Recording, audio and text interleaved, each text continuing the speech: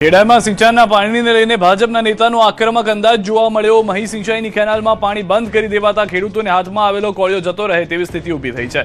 ભાજપ નેતાએ કાઠિયાવાડને પીવાનું પાણી પૂરું પાડતી પરિયેજ યોજનાનું પાણી બંધ કરવાની ચીમકી ઉચ્ચારી। મહત્વનું છે કે ધારાસભ્ય, સાંસદ અને અધિકારીઓને વારંવારની રજૂઆત બાદ પણ અહીં કેનાલમાં પાણી છોડાતું નથી, જેના કારણે મહી કેનાલમાં પાણી બંધ કરાતા માતર, સોજિત્રા, તારાપુર અને ખંભાતના ખેડૂતોને મોટી અસર પડી રહી છે, જેને લઈને ભાજપ નેતા ચંદ્રેશ પટેલ અને ખેડૂતોએ કલેક્ટરને આવેદનપત્ર આપ્યું। સાથે જ સિંચાઈ વિભાગના અધિકારીઓને 2 દિવસનું અલ્ટિમેટમ આપ્યું કે જો પાણી નહીં મળે તો આંદોલનની તૈયારી દર્શાવી। જો કે આ સમગ્ર મામલે ખેડૂતોની રજૂઆત બાદ પણ અધિકારીઓ હાથ ખંખેરી રહ્યા છે અને તેમને પાણીનો આવરો ન હોવાનો જવાબ આપી જવાબદારીમાંથી હાથ ઊંચા કરી દીધા છે। આગામી 7 દિવસ ભારે વરસાદની શક્યતા નથી, સારા વરસાદ માટે રાહ જોવી પડશે। કાગડોળે મેઘરાજાની રાહ જોઈ રહેલા જગતના તાત માટે ચિંતાજનક સમાચાર છે। સારા વરસાદ માટે ધરતીપુત્રોને હજુ રાહ જોવી પડશે। હવામાન વિભાગની આગાહી પ્રમાણે આગામી 7 દિવસ રાજ્યમાં ભારે વરસાદની કોઈ શક્યતા નથી, પરંતુ સામાન્ય વરસાદનું હવામાન વિભાગનું અનુમાન છે। સૌરાષ્ટ્ર અને દક્ષિણ ગુજરાતના અમુક વિસ્તારમાં સામાન્ય વરસાદની શક્યતા છે, પરંતુ સારા વરસાદ માટે હજુ રાહ જોવી પડશે। ખાસ કરીને સૌરાષ્ટ્ર અને કચ્છના ખેડૂતોની ચિંતા વધી શકે છે, કારણ કે અહીં સામાન્ય કરતાં 30% ઓછો વરસાદ નોંધાયો છે। વરસાદ ખેંચાતા ખેતરમાં ઊભા પાકને પાણીની જરૂરિયાત વધી રહી છે અને સિંચાઈની વ્યવસ્થા ન હોય તેવા ખેડૂતોની મુશ્કેલી વધુ વધી શકે છે। રાજ્યમાં સામાન્ય કરતાં 7% વધુ વરસાદ નોંધાયો છે, પરંતુ સૌરાષ્ટ્ર કચ્છમાં વરસાદની ઘટ ખેડૂતો માટે ચિંતાનો વિષય બની છે। अगले आने वाले हफ्ते में मौसम इसी तरह का बने रहेगा। बहुत कम रेन देखने को मिलेगी और मुख्य तौर पे जो है साउथ गुजरात के कुछ हिस्सों में तो सौराष्ट्र के कुछ जगहों पे जो है लाइट टू मॉडरेट रेन देखने को मिल सकती है अगले 7 दिनों तक। અરવલ્લીના વાત્રક ડેમમાં વાત્રક નર્મદાનું પાણી જોડાયું હતું, ખેડૂતોમાં ખુશી જોવા મળી। અરવલ્લીના ખેડૂતો માટે રાહતના સમાચાર આવ્યા છે। ઓછા વરસાદને કારણે પાણીની ચિંતા વચ્ચે માલપુરના વાત્રક ડેમમાં નર્મદાનું પાણી છોડવામાં આવ્યું છે। મંત્રી પીસી બરંડાની રજૂઆત બાદ નર્મદાનું પાણી વાત્રક ડેમમાં છોડવાનો નિર્ણય લેવાયો।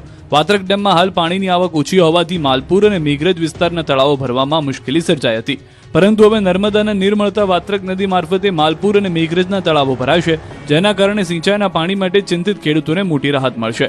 બીજી તરફ તળાવોમાં પાણી આવતા પશુપાલકોની પણ પાણીની સમસ્યા હળવી થશે। નર્મદાનું પાણી મળતા ખેડૂતો અને પશુપાલકોમાં ખુશીનો માહોલ જોવા મળી રહ્યો છે। ઓછા વરસાદ વચ્ચે નર્મદાના નીર ખેડૂતો માટે આશાનું કિરણ બન્યા છે। સુરતમાં શાકભાજીના ભાવમાં ભડકો, ગૃહિણીઓનું બજેટ ખોરવાયું। ડુંગળી કાપતી વખતે આંખમાંથી આંસુ આવે એ તો સ્વાભાવિક છે, પણ સુરતમાં હવે ડુંગળી ખરીદતી વખતે પણ આંખે આંસુ આવે તેવી સ્થિતિ સર્જાઈ છે। ગરીબોની કસ્તુરી કહેવાતી ડુંગળી હવે સામાન્ય પરિવારના રસોડાનું બજેટ બગાડી રહી છે। જી હા, સુરતના છૂટક બજારમાં ડુંગળીનો ભાવ કિલોએ 60 થી 65 રૂપિયા સુધી પહોંચી ગયો। મહારાષ્ટ્રમાં ભારે વરસાદને કારણે ખેતરમાં ડુંગળીનો પાક સડી જતા બજારમાં આવક ઘટી અને આવક ઘટતા ભાવમાં જોરદાર ઉછાળો આવ્યો। માત્ર ડુંગળી જ નહીં, વરસાદનો માર શાકભાજીના ભાવ પર પણ પડ્યો છે। એક મહિનામાં ગવાર, ચોળી, લીંબુ, પાપડી, ટીંડોળા સહિત અનેક શાકભાજીના ભાવમાં વધારો થયો। વરસાદ ખેતરમાં પડ્યા, પાકને નુકસાન થયું અને હવે તેની સીધી અસર સુરતના રસોડા સુધી પહોંચી છે। માત્ર એક મહિનામાં શાકભાજીના ભાવમાં મોટો ઉછાળો આવ્યો। 20 કિલોના હોલસેલ ભાવની વાત કરીએ તો ડુંગળી 500 થી 600 રૂપિયાથી વધીને 800 થી 1000 રૂપિયા થઈ ગઈ। ફ્લાવર 400 થી 600 થી વધીને 700 થી 800 રૂપિયા, લીંબુ 600 થી 700 થી વધીને 900 થી 1200 રૂપિયા, ગવાર 800 900 થી વધીને 1400 થી 1500 રૂપિયા અને ચોળી 700 થી 900 રૂપિયાથી વધીને 1200 થી 1800 રૂપિયા થઈ ગઈ છે। જ્યારે પાપડી 1000 થી 1200 રૂપિયા વધીને 1300 થી 1500 રૂપિયા, તો ટીંડોળાના ભાવ 500 થી 700 રૂપિયા હતા, જે વધીને 1000 થી 1200 રૂપિયા થઈ ગયા છે। અને તુવેરના ભાવ જે 1500 થી 1800 રૂપિયા હતા, તે વધીને 2000 થી 2500 રૂપિયા હોલસેલના 20 કિલોના થઈ ગયા છે। અને રીંગણનો ભાવ પણ 500 થી 700 રૂપિયા વધીને 1000 થી 1200 રૂપિયા પહોંચી ગયો છે। તહેવાર પહેલા વધુ એક મોંઘવારીનો માર, રસોડામાં ડુંગળી પણ બની વિલન। એક પછી એક વધતા ભાવોએ સામાન્ય માણસનું ઘરનું બજેટ હચમચાવી નાખ્યું। પેટ્રોલ, ડીઝલ, ખાદ્ય તેલ અને ખાંડ બાદ હવે રોજિંદા રસોડાની સૌથી જરૂરી ડુંગળી પણ મોંઘવારીની ઝપેટમાં આવી છે। રાજકોટમાં માત્ર એક સપ્તાહમાં ડુંગળીના ભાવમાં 1.5 થી 2 ગણો ઉછાળો આવ્યો છે। જે ડુંગળી એક સપ્તાહ પહેલા હોલસેલમાં 25 થી 32 રૂપિયા કિલો મળતી હતી, તે હવે 40 થી 45 રૂપિયા સુધી પહોંચી છે, જ્યારે છૂટક બજારમાં ભાવ 60 થી 75 રૂપિયા કિલો સુધી પહોંચી ગયો છે। ભાવ વધવા પાછળ નાસિક સહિતના વિસ્તારોમાંથી ડુંગળીની આવક ઘટવી અને સ્થાનિક પુરવઠામાં ઘટાડો મુખ્ય કારણ હોવાનું વેપારીઓ જણાવી રહ્યા છે। ઉપરથી જૂની ડુંગળીનો મોટો જથ્થો બગડી જતા સારી ગુણવત્તાની ડુંગળીની અછત સર્જાઈ છે, એટલે હવે તહેવારોના દિવસોમાં ગૃહિણીઓનું બજેટ વધુ ખોરવાય તેવી શક્યતા છે। કારણ કે સાતમ આઠમના તહેવારો નજીક છે, પરંતુ ડુંગળીના ભાવમાં ઘટાડાના હાલ કોઈ સંકેત દેખાતા નથી। વેપારીઓના મતે ડુંગળીની આવક શરૂ થવામાં હજુ સમય છે। એવામાં આગામી દિવસોમાં ડુંગળી 80 થી 100 રૂપિયા કિલો સુધી પહોંચે તેવી શક્યતા પણ વ્યક્ત થઈ રહી છે। મહીસાગરમાં શાળામાં વિદ્યાર્થીઓને વાસી મગ પીરસાતા વાલીઓએ કર્યો હલ્લાબોલ. બાળકોના ભોજનમાં બેદરકારી કેટલી ભારે પડી શકે છે તેનો ચોંકાવનારો કિસ્સો મહીસાગરના રાજનપુર ગામેથી સામે આવ્યો છે. કડાણા તાલુકાની પ્રાથમિક શાળામાં બાળકોને પીરસવાના મગને લઈને વાલીઓએ હોબાળો મચાવ્યો. વાલીઓનો આક્ષેપ છે કે શનિવારે પલાળેલા મગ સોમવારે બાળકોને પીરસવામાં આવવાના હતા. મગમાંથી વાસ આવતા મામલો સામે આવ્યો અને વાલીઓ તાત્કાલિક શાળાએ દોડી આવ્યા. વાલીઓએ આચાર્યને જાણ કરી અને સમગ્ર મામલો કડાણાના મામલતદાર સુધી પહોંચાડ્યો. મામલતદાર શાળાએ પહોંચ્યા અને સમગ્ર મામલે તપાસ હાથ ધરી. બાળકોના ભોજન અંગે બેદરકારી ન રહે તે માટે નવેસરથી ભોજન બનાવી બાળકોને આપવામાં આવ્યું. જોકે આચાર્યનો દાવો છે કે વાસી મગ બાળકોને પીરસવામાં આવ્યા નહોતા. મગમાંથી વાસ આવતા જ બાળકોને ન આપવાનો નિર્ણય લેવાયો. બીજી તરફ શાળાના ભોજનમાં આવી બેદરકારી સામે આવતા વાલીઓમાં રોષ છે. ગંભીર બેદરકારી બદલ જવાબદાર સામે કડક કાર્યવાહી કરવાની માંગ વચ્ચે મામલતદારે શાળા સંચાલકને કારણદર્શક નોટિસ ફટકારી છે. જામનગરમાં સ્કોલરશીપના નાણાં અટકતા એબીવીપીએ કર્યું વિરોધ પ્રદર્શન.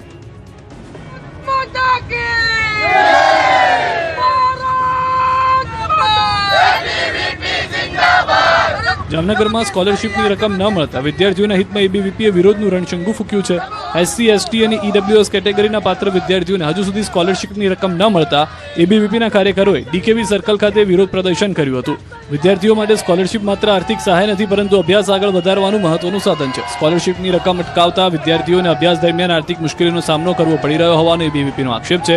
એબીવીપીના કાર્યકરોએ માંગ કરી કે સ્કોલરશીપ માટે પાત્ર તમામ વિદ્યાર્થીઓની બાકી રકમ તાત્કાલિક ચૂકવવામાં આવે.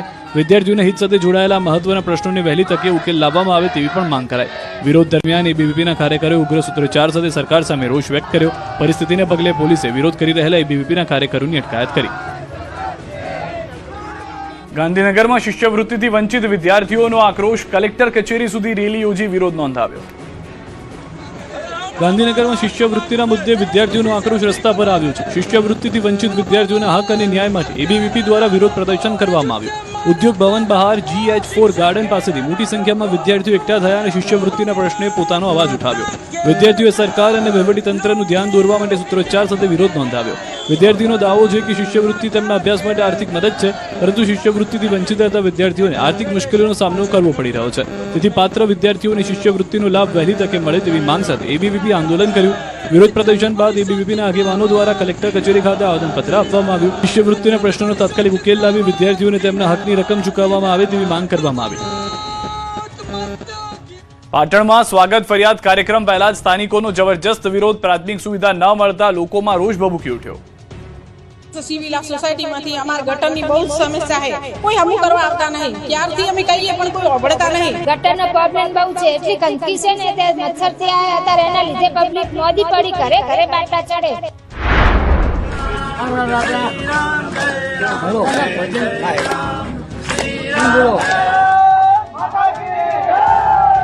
આ આક્રોશ માત્ર એક બે સમસ્યા પૂરતો નથી પરંતુ આ તો વર્ષોથી વણ ઉકેલાયેલા પ્રશ્નો સામે પાટણના હરીજમાં જનતાનો રોષ ભભૂકી ઉઠ્યો. સ્વાગત ફરિયાદ કાર્યક્રમમાં પોતાની વાત રજૂ કરવા આવેલા સ્થાનિકોએ કાર્યક્રમ શરૂ થાય તે પહેલા હલ્લાબોલ કર્યો. કોઈ વિસ્તારમાં ખુલ્લી ગટરનો ત્રાસ છે, ક્યાંક રસ્તા બિસ્માર છે તો ક્યાંક વરસાદી પાણી ભરાવાની સમસ્યા છે અને સૌથી ગંભીર મુદ્દો છે ગંદા પીવાના પાણીનો. લોકો હાથમાં ગંદા પાણીની બોટલો લઈને તંત્રને સવાલ કરવા પહોંચ્યા કે આ પાણી પીવાનું છે કે બીમારી વહેંચવાનું. એવો સવાલ સ્થાનિકોના રોષમાં જોવા મળ્યો. નગર વિકાસ કમિટી અને સ્થાનિકોએ રામધૂન બોલાવી અનોખી રીતે વિરોધ નોંધાવ્યો. પોલીસનો ચુસ્ત બંદોબસ્ત પણ ગોઠવાયો. આ દરમિયાન ગરમીના કારણે બે મહિલાઓની તબિયત લથડી અને બંને બેભાન થઈ ગઈ. 108ની મદદ લેવામાં આવી. બાદમાં નાયબ કલેક્ટરે લોકોની રજૂઆતો સાંભળી અને હારીજ નગરપાલિકાને પ્રાથમિક સમસ્યાઓ દૂર કરવાની સૂચના આપી. હારીજના લોકો હવે આશ્વાસન નહીં, રસ્તા, ગટર અને શુદ્ધ પાણી જેવી મૂળભૂત સુવિધાઓને કાયમી ઉકેલ ઈચ્છે છે. અમરેલીની શેત્રુંજી નદીમાં રેતી ચોરી મુદ્દે ગ્રામજનોમાં રોષ ફાટી નીકળ્યો. 7 દિવસમાં નક્કર કાર્યવાહી કરવાની ગ્રામજનોની માંગ. અમરેલીના ચાંપાથળ ગામે શેત્રુંજી નદીમાં રેતી ચોરી મુદ્દે ગ્રામજનોએ વિરોધ નોંધાવ્યો. નદીના પટમાં બેફામ ખનનનો આક્ષેપ કરી ગ્રામજનોએ હવે તંત્ર સામે મોરચો ખોલ્યો છે. ગ્રામજનોનો આક્ષેપ છે કે શેત્રુંજી નદીમાં JCB, હિટાચી અને ઓવરલોડ ડમ્પરોની મદદથી ગેરકાયદે રીતે ખનન થતું આવ્યું છે. રેતીનું ભારે વાહનો ગામના પાદરમાંથી પસાર થતા હોવાથી શાળાએ જતા બાળકોની સુરક્ષાને લઈને પણ ગ્રામજનોમાં ચિંતા છે. આડેધડ રેતી ખનનથી નદીના પટને નુકસાન થવાની સાથે જમીન અને ભૂગર્ભ જળસ્તર પર પણ ગંભીર અસર થવાની ભીતિ ગ્રામજનોએ વ્યક્ત કરી છે. રેતી ચોરી બંધ કરાવવા ગ્રામજનોએ અમરેલી જિલ્લા કલેક્ટર અને ખાણ ખનીજ વિભાગને આવેદનપત્ર આપ્યું. ખાણ ખનીજ કચેરી બહાર રામધૂન બોલાવી અનોખી રીતે વિરોધ પણ નોંધાવ્યો. ગ્રામજનોએ રેતી ચોરીમાં વપરાતી મશીનરી અને ડમ્પરો સામે દરોડા પાડી કડક કાર્યવાહી કરવાની માંગ કરી છે. સાથે જ રેતી ચોરી સામે અવાજ ઉઠાવનાર લોકોને ધાકધમકી મળતી હોવાનો પણ આક્ષેપ કર્યો છે. ગ્રામજનોની ચીમકી છે કે 7 દિવસમાં નક્કર કાર્યવાહી નહીં થાય તો કલેક્ટર કચેરી સામે ધરણા, ઉપવાસ અને ઉગ્ર આંદોલન કરવામાં આવશે. અમદાવાદમાં ભૂતિયા ડિમોલિશન મુદ્દે રાજકારણ ગરમાયું. કોંગ્રેસે સામાન્ય સભામાં મચાવ્યો હોબાળો. સુરત બાદ હવે અમદાવાદમાં પણ ભૂતિયા ડિમોલિશનનો મુદ્દો ગરમાયો છે.